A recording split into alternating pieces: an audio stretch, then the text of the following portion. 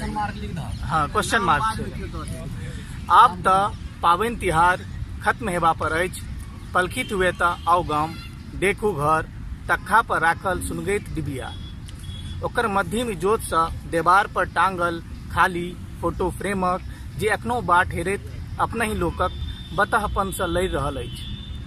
दलान पर ठूठ गाछ जेकर डारि से बनल खिड़की चौखट और रोशनदानी अपना ही रंग हेरा देने अछि। ओहि गाछक पेपी से जन्मल गाछ जिंदगी के पहिल पतझड़ के कपसैत आवाहन कऽ रहल अछि।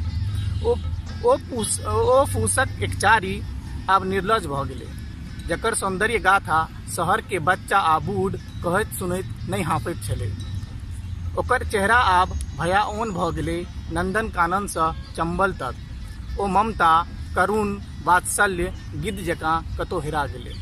ठीक दुपहरिया में ओकर आँखि कोनो भेपरक लाइट जकाँ चौंधिया गेलै। आब ओकरा दिया बाती सुकराती नहीं देखाइत छै। नइये घरक दुआरी पोखर आब रेगिस्तान बनि गेलै आर अंगना सतपुरा के गाछी। अहाँ के नहीं आबे से जल्दिए एनहिए अहाँ के याद से गामक मोह धूलक चादर जकाँ धरती में मिज्जर भऽ जेतै।